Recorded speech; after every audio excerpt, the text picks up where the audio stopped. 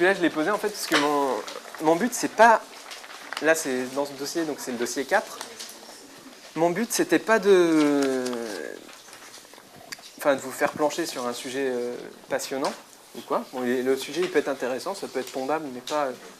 Ça peut pas être un dossier que sur le trouble de l'adaptation, mais ça peut être tombable. Par contre, mon but, c'était de vous le faire critiquer. Alors, est-ce que tu peux me donner... Du coup, toi, tu n'as pas de réponse à donner, mais juste une critique du dossier. La manière dont c'est posé. Qu'est-ce que tu en penses? Bah, disons que j'ai pas trop penché dessus, mais je pourrais pas. Parle dans le micro, parle dans le micro. J'ai pas trop. Enfin, j'ai lu vite fait le dossier, quoi. Mais bon. Ouais. J'ai pas trop réfléchi en fait au dossier. Est-ce que quelqu'un l'a bien lu? Mais bon, peut-être que tu peux quand même répondre. Je sais pas. Qu'est-ce que tu ferais comme commentaire sur un énoncé comme ça? Parce qu'on en voit dans pas mal de bouquins. Justement, je vous parlais du bouquin par exemple de Laurent Carilla, le dernier de cas clinique. Il y a pas mal de questions un peu comme ça, quoi. Donc, qu'est-ce qui cloche pour vous dans votre préparation UNC? Est-ce qu'il faut que vous soyez capable de choisir quel dossier vous allez bosser, enfin quel truc vous allez choisir, quoi, pour pas non plus perdre de temps à bosser des questions de cours sans cesse qui sont intéressantes à bosser, hein, parce que ça va vous faire voir le cours. Mais le but aussi, c'est que vous prépariez à bosser sur des dossiers comme ils vont être le jour de l'ENC, quoi. Donc, qu'est-ce qui ne va pas dans ce dossier, du coup? Je sais pas. Franchement, je sais pas du tout. Alors, je sais pas. Vas-y, tu as des idées? Il est? C'est pauvre, il y a peu d'informations. Ouais, c'est pauvre. C'est pas du tout transdisciplinaire, quoi. Le transdisciplinaire, c'est rajouté à la va-vite, quoi. J'ai mis un peu de tabagisme à la fin parce que bon, faut bien en mettre, quoi. Il y a un autre truc. Il y a deux autres trucs principaux qui font que c'est complètement nul, quoi. Je sais pas, dans l'énoncé, il y a beaucoup de blabla inutile en fait. Il nous raconte, il y a plein de choses qu'on a pu enlever. Il y a plein de choses qu'on a pu enlever. En même temps, le blabla à l'ENC, ça vous en aurait. Parce qu'il faudra faire le tri dans le dossier de ce qui est intéressant. Donc pour la première question, par exemple, quel est votre diagnostic justifié? Ça, c'est une question qui est tombable à l'ENC. Parce qu'on vous demande le diagnostic. Non, mais dans l'énoncé. Pas des questions, mais l'énoncé. Dans les questions? Dans quoi? Non, dans l'énoncé, pas des questions. Ouais, mais dans l'énoncé, ça sert à argumenter le diagnostic, justement. Enfin, les éléments qui sont donnés dans le dossier. Enfin, moi, je trouve que ça passe. Enfin, pour l'instant, je dirais, bon, ça va. Question 2, qu'est-ce que tu penses de la question 2? Quelles peuvent en être les complications? Bah, ça m'étonnerait que ça fasse une question, c'est une seule question. Ouais. Enfin, ça pourrait être une partie d'une question, par exemple, quelle en est l'évolution, ou je sais pas, mais c'est rare qu'on trouve des questions comme ça, sur juste les complications. Voilà, c'est pas que c'est rare, c'est que c'est une question de cours. La première, c'est pas une question de cours, quand même. Enfin, c'est quand même de l'analyse un peu sémiologique facile, quoi. La deuxième, c'est une pure question de cours. Donc ça, on ne vous posera pas de question de cours. Ce qu'ils feront, c'est de vous mettre une complication dans le texte et de dire quelle complication identifier, ou des choses qui ne sont pas des complications. Et on vous demandera de choisir entre les deux laquelle est la complication, laquelle n'est pas. Le risque, quand on fait des questions comme ça, c'est de faire des questions aussi de recopiage, en fait, de recopiage de tout ce qu'il y a dans l'énoncé. Généralement, on vous demandera des choses où il faut interpréter, quoi.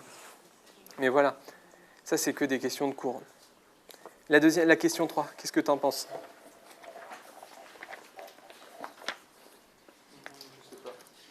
Alors, la question 3, vous n'aurez pas non plus de questions comme ça, parce que c'est des questions qui ne sont pas du tout discriminantes. C'est une question qui vaut 10 points. Enfin, dire quand on va faire la courbe de Gauss de répartition des notes, il y aura un gros créneau à cause du 10 points. Donc on essaiera de faire des questions qui répartissent mieux les étudiants. On ne fera pas non plus des questions à 1 point par mot-clé, mais ce sera plutôt de l'ordre de 3 à 5 points par mot-clé, quoi. Mais rarement une question où on répond par oui ou par non à la question et c'est fini, quoi. Voilà. Et puis, question 4, c'est encore une question de cours. Ça n'a pas d'intérêt. Et question 5... question 5, finalement, ça n'a pas de rapport forcément avec le reste du dossier, quoi. Donc ce dossier, il n'est pas très bien, mais on va quand même le corriger, parce que le sujet est intéressant. Non, pourquoi je l'ai fait? Je l'ai fait pour vous présenter ce que c'était un mauvais dossier. Et que... Non, mais faut pas rigoler, parce que c'est super important. On en voit beaucoup des mauvais dossiers et des mauvaises questions. Et vous perdez un temps fou à bosser sur des dossiers comme ça. Il y a un bouquin que je ne vous ai pas parlé, un bouquin de cas clinique, c'est le bouquin référence, le bouquin bleu. Vous l'avez déjà vu, ce bouquin? Référence sans dossier? Référence sans dossier. Il est bourré de dossiers nuls, quoi. Ouais, la revue du Prat. Non, il n'est pas conforme aux exigences du CNCI. Vous reprendrez les dossiers. c'est des questions de cours. L'énoncé, parfois, il fait 2 lignes. Après, on vous pose 10 questions. Enfin, parfois, l'énoncé, il fait 20 lignes. Mais rien ne sert dans l'énoncé pour faire les questions d'après. Enfin, donc, perdez vraiment pas votre temps à bosser sur des mauvais dossiers. Et c'est important pour vous de comprendre vos cours, mais de comprendre aussi comment on vous pose les questions et ce qu'on attend de vous à ces questions. Est-ce que vous connaissez tous les recommandations du CNCI? Vous les avez vues? Non? Eh bien, il faut que vous alliez sur le site du CNCI. Alors, en plus, vous faites la LCR. Alors, vous êtes un peu à l'aveugle pour la LCR. Donc, sur le site du CNCI, il y a des recommandations d'écriture pour les auteurs. Donc ça, il faut que vous les ayez lues, quoi, pour savoir à quoi vous pouvez vous attendre. Sur le site des CNCI, pour la LCA, il y a des recommandations donc, aux auteurs, ce qu'on attend de vous. On ne va pas attendre de vous des choses qui vont vous faire paniquer, on ne va pas attendre de vous des analyses statistiques, des calculs, etc. Tout ça, c'est détaillé, ce qu'on attend de vous. Il y a 20 points. Ce qu'on attend de vous, grosso modo, pour ne pas flipper, c'est simplement de savoir lire un petit peu un article. Ensuite, il y a un glossaire sur le site du CNCI pour la LCA, qui vous donne tous les mots qui vont être des mots à utiliser, des mots en commun entre le membre du jury et vous. Sur le site du CNCI, vous avez les abréviations que vous pouvez utiliser dans vos copies. Parce que c'est faux de dire qu'on ne peut pas utiliser d'abréviations. Il y en a certaines qu'on peut utiliser. Donc c'est pareil, perdez pas de temps si elles sont acceptables à écrire, je sais pas moi, mais millimol, non, il y a d'autres trucs plus pertinents, quoi. Mais en tout cas, le site du CNCI, il faut que vous alliez le consulter, quoi. C'est vachement intéressant. En tout cas, moi, quand j'ai préparé l'ENC, je connaissais les recommandations. Je connaissais ce qu'était un bon dossier. En plus, dans notre fac, les profs nous en avaient un peu parlé de la manière dont c'était posé. Et quand je faisais un dossier et que, par exemple, j'avais 30 sur 100, et au lieu de pleurnicher, et ça c'est bon pour le moral, je me disais, de toute manière, c'est un dossier de merde. Enfin, non mais, c'est important pour vous aussi, quoi. Non mais, moi, mes dossiers, ils sont vachement durs, donc si vous avez des mauvaises notes, il ne faut pas vous miner le moral, quoi. Pour l'instant, vous êtes bon. Enfin, quand j'ai corrigé vos copies, là, le dossier d'aujourd'hui, il tourne entre 30 et 50. Enfin, les notes, elles oscillent entre ça, avec une note à 70. Donc ça, c'est phénoménal. Mais c'est Antonia. Et du coup c'est des notes que j'ai eues à Tours, en fait, quand je l'ai présenté à Tours l'an dernier pour tester. C'est des notes que j'ai eues, du coup, chez les étudiants, un mois avant l'ENC. Et les étudiants de Tours, ils ont fini major de l'ENC cette année. Donc, vous avez des très bonnes notes. Vous n'avez pas à rougir parce que vous avez des mauvaises notes. Le deuxième truc, je ne sais plus ce que c'était. Mais en tout cas, c'est que vous avez des bonnes notes, quoi. Le deuxième truc, c'est quand même à l'ENC, et quand vous ferez des dossiers sur la fin, il faut viser le 80. Enfin, vous savez ce qu'il faut viser comme note? Enfin, ça dépend ce que vous visez comme classement. Mais si vous visez un classement qui vous permette d'avoir tout ce que vous voulez, il faut viser... C'est dans les 500 premiers. Là, vous avez tout ce que vous voulez. Après, vous n'avez pas forcément tout ce que vous voulez, mais vous avez de la sécurité jusqu'au 1500. Comme ici, vous êtes parisien, et comme là-bas, il y en a pas mal qui veulent aller à Paris, bon, il faut assurer, quoi. Enfin, ça dépend, hein. Moi, je sais que c'est pas obligé d'assurer si vous avez aussi votre objectif. Hein. Si vous voulez... il faut aussi travailler en conséquence de ce que vous voulez, quoi. Si vous avez un objectif, je sais pas, moi, par exemple, de venir nous voir à Rennes pour faire de la psychiatrie, et si vous arrivez dans les 2000, c'est très bien. Enfin, il n'y a pas de problème. Et c'est ce qu'il faut faire, quoi. Clairement, pour vous, c'est arriver à votre objectif. Donc, c'est aussi un but, c'est aussi de savoir ce que vous voulez, quoi, pour le NC. Mais ensuite, si vous voulez arriver dans les 500, il faut 80 à peu près de moyenne, quoi.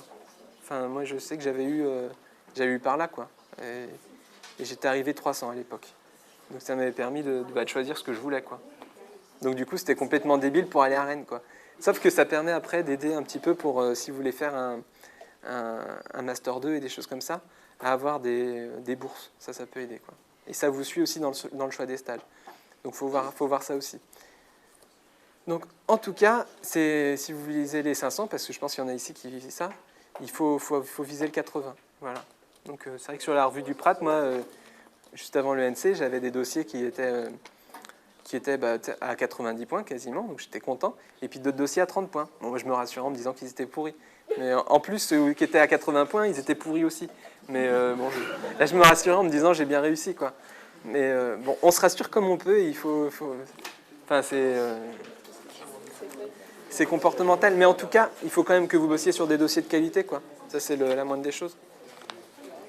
Donc les autres que je vous ai donnés, je pense qu'ils sont assez enfin, assez à respecter ce que le CNCI demande, quoi. Sachant qu'il y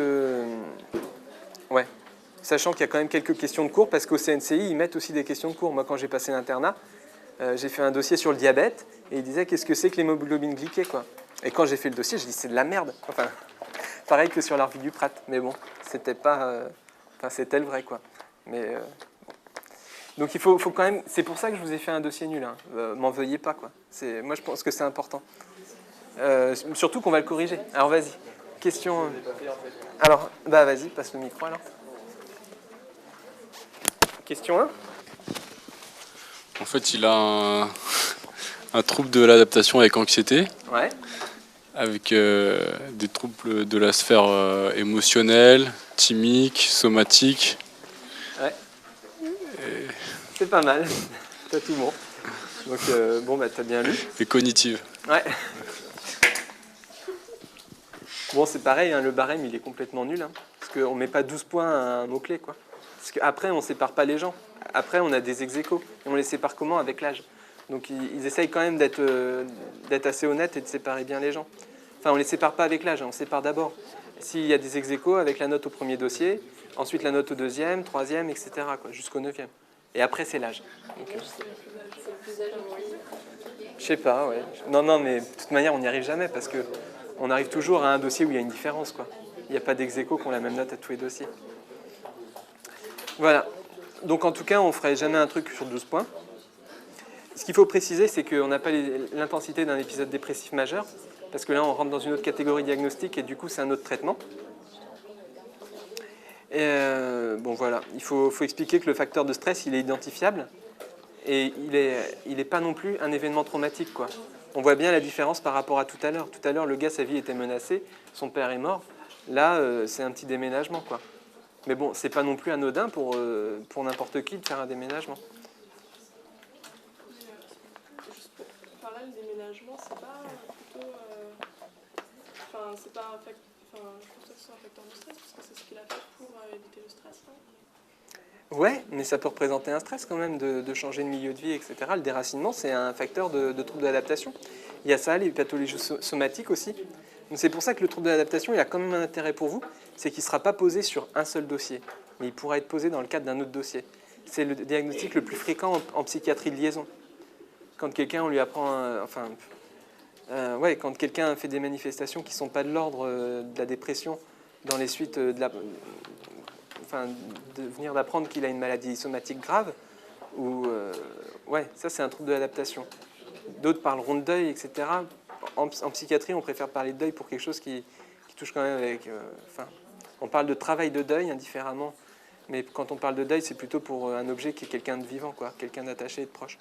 Donc là, on parlera de trouble d'adaptation sur une pathologie somatique. Donc c'est pas un sujet inintéressant, d'autant que le traitement, du coup, est bien codifié. Et il doit être connu. Mais si ça vient, par exemple, après l'annonce d'une maladie incurable, ça ne peut pas être un état de stress aigu? Non, ça rentre pas. Non. Parce que, à moins que le médecin ce soit un bourrin, parce que dans la définition d'un événement traumatique, il faut que l'événement il ait un caractère assez surprenant, quoi, brutal, en fait. L'annonce d'une maladie grave, normalement, c'est pas brutal, parce qu'on vous apprend, et vous apprenez par cœur comment on annonce une maladie grave à un patient. Alors, vous savez comment on annonce une maladie grave à un patient? Comment tu répondrais? Parce qu'il y a beaucoup de questions d'annonce aussi dans un lieu calme, isolé. Ouais. Avec empathie. Et voilà, c'est ça. Alors, moi, je ne vous recommande pas cette attitude à l'ENC. Je vous le recommande, comme je vous disais pour certains trucs, à visée contraphobique, dans le sens où il faut le mettre parce que peut-être que c'est des mots-clés, etc. Mais quand on annonce une maladie grave à l'ENC à un patient, c'est comme dans la vraie vie, on ouvre les guillemets et on lui dit voilà, vous avez telle maladie. On lui annonce progressivement aussi, donc on ne lui annonce pas non plus tout d'emblée, etc. on s'assure qu'il a compris. Donc, je sais pas, ça, il faut le marquer. Je sais pas comment on peut le mettre dans sa copie. On lui explique qu'il y a des traitements possibles, quelles sont les alternatives, etc. Enfin, on ouvre les guillemets et on dit ce qu'on écrit. Moi, je pense qu'il faut le faire comme ça pour l'ENC. Et aviser contraphobique, il faut mettre lieu, calme, j'ai une attitude empathique, je me mets à sa place, machin. Enfin bon, il faut le mettre, quoi, c'est sûr. Mais ce qu'on aimera de vous, c'est que vous mettiez des mots simples, que vous expliquiez les choses bien. C'est pas non plus en... Enfin, vous savez que dans la relation médecin-malade, il y a tout un tas de mécanismes de défense, comme la minimisation, le déni aussi. On peut dire, ah ben non, c'est pas grave ce que vous avez, etc. Ou éviter les sujets, ou se protéger directement en se mettant derrière la science, en disant, ah oui, mais la science peut tout faire, vous allez voir. Donc c'est essayer, dans une question d'annonce aux malades, de ne pas adopter ces attitudes de défense là aussi, quoi. C'est pas facile, mais je pense qu'à l'ENC, c'est vraiment ce qu'on vous demandera. Après, le problème, c'est que comme tout le monde répond toujours la même chose, un peu bête, quoi, ben les cotateurs qui font la grille, vous savez qu'ils relisent toujours au moins 500 copies avant de faire la grille, bon, ben, ils vont prendre les trucs un peu bêtes, etc. Mais s'il y a des trucs pertinents, on ouvre les guillemets, on explique bien, je pense que ce sera apprécié, quoi, et appréciable des correcteurs. Donc là-dessus, il faut bien assurer, quoi. Ok, question, donc quelles peuvent en être les complications? Bah, tu as déjà parlé, non? Ouais. Ah non, je sais plus. Si. Alors les complications? Donc c'est un état dépressif majeur, Ouais. donc suite à ça une tentative de suicide, des addictions, Ouais. dont benzo comme l'anxiété, donc un retentissement socio-professionnel. Ouais. Et Bah, tu as tout dit. C'est à peu près ça. C'est les complications habituelles. Quand vous aviez l'item névrose, on demandait les complications de la névrose. Hein, grosso modo, c'est ça, quoi. C'est tous les mêmes pratiques. Ok, question suivante, du coup. Instituez-vous un traitement antidépresseur? Non, parce que ça va se résoudre en moins de 6 mois, d'après la définition du trouble de l'adaptation. Donc il n'y a pas d'indication. Ça, c'est écrit en gros sur la conférence de consensus de 2006 sur les antidépresseurs, que je vous parlais l'autre fois. Dans cette conférence de consensus, ils présentent comment on sert des antidépresseurs. Et il y a deux choses à retenir. C'est que chez l'alcoolique, on ne met pas d'antidépresseur. Ça, on l'a vu l'autre fois. Et qu'on ne met pas d'antidépresseur dans un trouble de l'adaptation. Bon, bah voilà. Cette conférence, elle n'est pas disponible sur le site de la HAS. Il faut la chercher sur Internet. Il faut taper ANAES, antidépresseur 2006. Ouais. Elle est pas mal, mais elle n'est pas sur le site de la HAS. Ah oui, j'avais un autre message que je voulais vous faire passer ce soir. Donc là, je passe un peu du coq à l'âne, parce qu'on a parlé de la schizophrénie. Et la schizophrénie, ce qui est très à la mode, c'est le diagnostic précoce de schizophrénie. Donc vous connaissez bien les deux modes d'entrée. Le mode brutal, avec une forme délirante, bouffée délirante, etc. Et la forme insidieuse, où on rentre progressivement dans la maladie, qui est la forme la plus fréquente. Et c'est la forme que vous devez vraiment connaître, et vous devez connaître tous les prodromes. Enfin, ça, il faut que ce soit clair. Il y a aussi une conférence de consensus qui n'est pas disponible sur le site de la HAS, mais qui est disponible quand on tape schizophrénie, elle date de 2003, consensus, prise en charge et traitement des schizophrénies précoces. Et celle-là, c'est aussi la Bible, quoi. Il faut que vous ayez la voir. Enfin, elle est super importante. Et prendre en charge la schizophrénie précocement, c'est un enjeu thérapeutique majeur parce que ça permet d'avoir une meilleure évolution. Enfin, c'est un facteur de bon pronostic. Le problème, c'est que quand on a des signes précoces de schizophrénie qui ne sont pas spécifiques de la schizophrénie, et on ne peut pas dire toujours si c'est une schizophrénie. Alors, est-ce qu'on doit traiter des patients simplement parce qu'ils ont des prodromes, des signes, et qui ne vont pas forcément évoluer vers la schizophrénie? C'est pour ça que c'est un sujet polémique, et c'est pour ça qu'il y a eu besoin d'un consensus. À partir du moment où il y a un consensus, vous devez le connaître, quoi. Voilà, donc question d'après. La psychothérapie de soutien. Donc moi j'ai mis une thérapie cognitive et comportementale avec identification des nouveaux facteurs de stress. Parce que la psychothérapie de soutien, c'est pas la thérapie cognitive et comportementale. En gros, quand vous avez les psychothérapies, premier embranchement, psychothérapie structurée et psychothérapie non structurée. Dans les psychothérapies non structurées, c'est la psychothérapie de soutien. Non structurée, ça veut dire qu'il n'y a pas d'idéologie prévalente finalement. On peut faire du soutien finalement en bricolant avec tout ce qu'on connaît en termes de psychologie, avec tout ce qu'on connaît en termes de psychiatrie, quoi. Donc on peut s'inspirer, je sais pas, des idées comportementale, psychanalyse, systémique, avec un cadre finalement qui n'est pas codifié et qui n'est pas forcément défini, qui est même propre à chaque thérapeute. Grosso modo, c'est ce que tous les psychiatres font tous les jours. Tous les jours, on est avec nos patients, on fait ça, et on n'a pas non plus de cadre théorique dans lequel on agit forcément, quoi.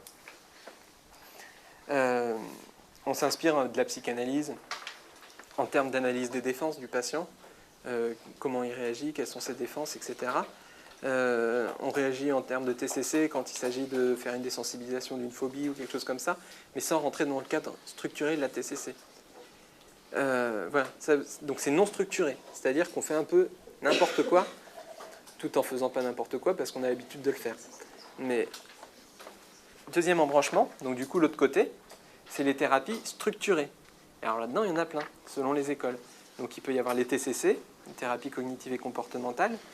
Il peut y avoir la psychanalyse et les thérapies d'inspiration psychanalytique. Il peut y avoir la thérapie systémique, celle qui considère que le sujet est un élément d'un système plus global, qui peut être le système familial, qui peut être le système sociétal, qui peut être le système mondial. On vit dans un monde de la globalisation. En fait, il y a plein de théories différentes qui donnent lieu à des psychothérapies différentes. Celle que vous devez connaître, deux noms, c'est TCC, psychanalyse et systémie, éventuellement psychothérapie interpersonnelle, mais ça, on ne l'a pas disponible en France, donc c'est pas forcément nécessaire. C'est les quatre principales qu'il faut vraiment connaître. Ensuite, vous pouvez aussi connaître les méthodes de relaxation, la technique de Schultz, de Jacobson. Moi, je sais qu'elles sont bien décrites dans ce bouquin. Je ne sais pas dans les autres. En tout cas, dans ce bouquin, c'est pas mal décrit sur les psychothérapies. Enfin, il y a ce qu'il vous faut dedans, quoi. Voilà. Mais donc, du coup, la thérapie de soutien, c'est pas de la TCC. C'est pas pareil. La TCC, c'est très particulier. Il y a un cadre particulier. On voit le patient une première fois. On fait avec lui une évaluation du symptôme. En fonction du symptôme cible, on propose des exercices. On fait ces exercices pendant plusieurs séances, et à la dernière séance, on réévalue les symptômes et on voit si on est arrivé à notre objectif. Ça, c'est un peu le cadre de la TCC. La psychanalyse, c'est un cadre complètement différent. On va voir le patient, il va s'allonger sur le divan, on va le laisser parler, c'est la libre association, il va dire un peu tout ce qui lui passe par la tête. On va analyser le transfert, le contre-transfert. Enfin, c'est des concepts qui sont propres à la psychanalyse et qu'on ne trouvera pas dans les TCC. Enfin, c'est pour ça que les psychothérapies, il faut avoir d'idées assez globales, quoi. Enfin, c'est pas toi, c'est tout le monde en fait qui fait ce genre d'erreur. Quand j'ai fait le concours blanc l'an dernier, donc le sujet que vous avez eu, la dépression, la dernière question c'était est-ce que vous indiquez chez cette patiente la psychanalyse? Et beaucoup de gens confondent psychanalyse, psychothérapie, TCC. Enfin, par exemple, il y en a qui me disent oui, c'est une bonne idée de faire de la psychanalyse, je lui conseille de faire des TCC. Enfin, non mais c'est pas drôle parce que déjà c'est vachement culpabilisant quand on rigole si on a fait l'erreur, quoi. Mais en plus, tout le monde fait l'erreur, quoi. Donc, c'est pas un problème de faire l'erreur. Le tout, c'est d'aller bien vérifier et de comprendre que d'un côté, il y a la psychothérapie non structurée, le soutien qu'on propose vraiment à tout le monde et qu'on propose pas seulement qu'aux patients qui ont une maladie psychiatrique. Et on va le proposer aux gens qui font justement un trouble de l'adaptation dans le cadre d'une maladie somatique, mais même un diabétique. Quand on dit soutien psychologique, finalement, c'est ça. Hein. C'est pour soutenir par rapport à un éventuel trouble de l'adaptation, etc., ou pour renforcer ses mécanismes de défense qu'il va mettre en place par rapport à la maladie. Et puis d'un autre côté, toutes les psychothérapies structurées. Et là, les différences qui sont différentes vraiment au niveau théorique, quoi. Enfin, il y a une époque où ils ne se parlaient pas entre eux, quoi. Enfin, maintenant, c'est un peu mieux, mais c'est pas la même chose, quoi. Est-ce qu'il y a des vraies indications à la psychanalyse? Ouais. Les vraies indications, est-ce qu'elles sont... La question de l'indication à la psychanalyse, elle ne se pose pas en termes de nosographie. Elles peuvent se poser en termes de nosographie, hein. Mais elles se posent plutôt en termes personnels, quoi. La meilleure indication à la psychanalyse, c'est quelqu'un qui veut faire une psychanalyse. Ça, c'est une bonne indication. Voilà, c'est surtout ça, en fait. Mais c'est pareil, les contre-indications, on ne va pas en parler là et on ne va pas en parler pour l'ENC. Ce qu'il faut retenir pour l'ENC, c'est que généralement, et je dis bien généralement, la psychanalyse est contre-indiquée aux patients psychotiques, et particulièrement aux paranoïaques. C'est-à-dire que si un paranoïaque vient à comprendre que c'est à cause de sa mère qu'il est paranoïaque, j'aimerais pas être sa mère. Enfin, voilà, c'est ça le truc, quoi. Enfin, je dis sa mère, mais ça n'a rien à voir. Ça peut être son père, ça peut être... J'aimerais pas être la personne en question. Donc généralement, on dit ça.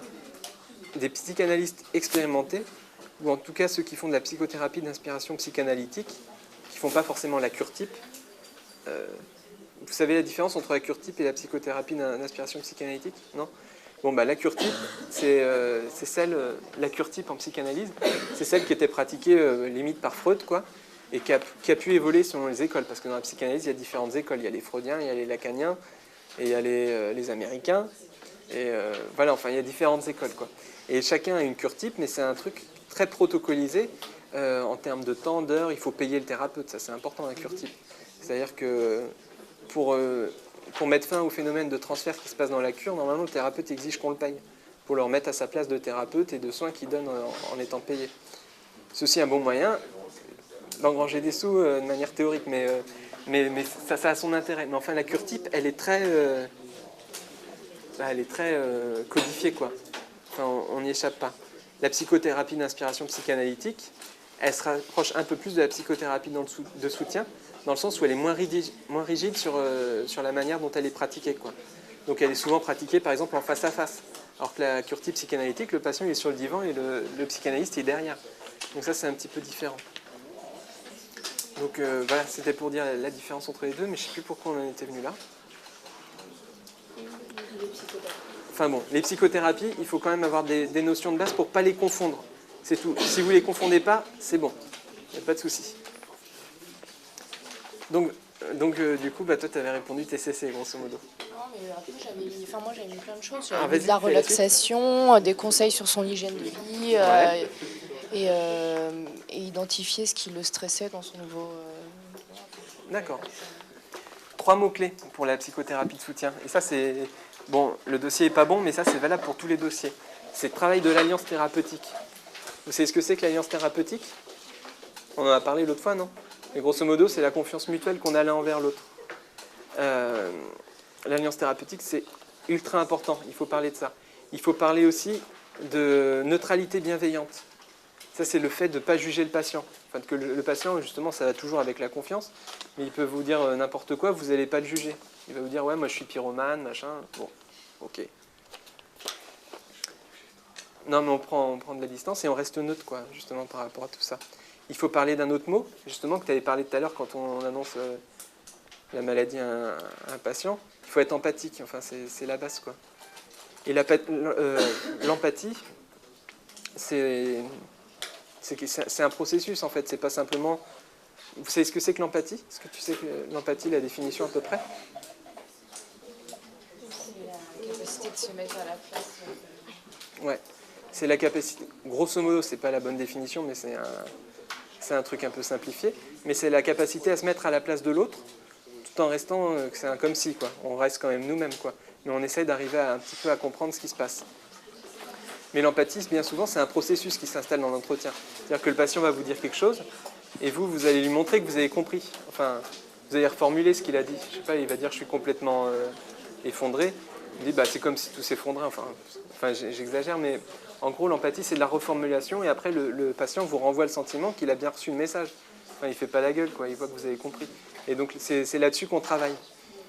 On travaille aussi sur le transfert. Le transfert, vous savez ce que c'est que le transfert? Vous avez étudié ça?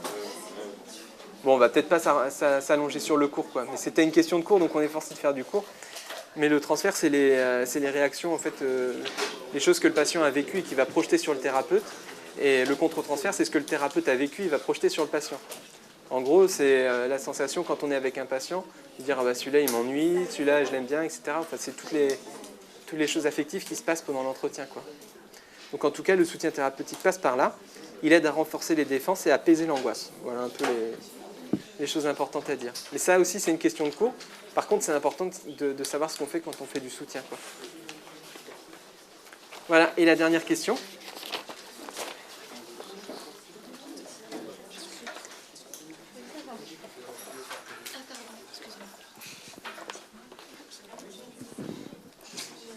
Alors vas-y, la dernière question. Qu'est-ce qu'on peut lui proposer pour arrêter de fumer? On fait la hola ou... Oui, je pense qu'on peut lui proposer des substituts nicotiniques. Ouais. avec des patchs, Ouais. des gommes à mâcher, Ouais. des pastilles. Non, mais c'est ridicule. Non, mais voilà, enfin bon. Cette question, elle est ridicule. Cette question, vous la connaissez, vous connaissez les réponses. On va pas y passer du temps. Moi, ce qui comptait pour ce dernier dossier, c'était de le mettre en dernier par rapport à ces deux confs aussi, pour qu'on puisse en discuter, pour qu'on puisse le descendre, et puis pour que ça puisse vous rassurer quand vous bossez sur des dossiers bidons, quoi. Voilà. Bon, sinon, on pensait bien à ceux qui étaient derrière leur caméra et qui nous regardaient. On fait la hola, là. Et on va leur faire la hola.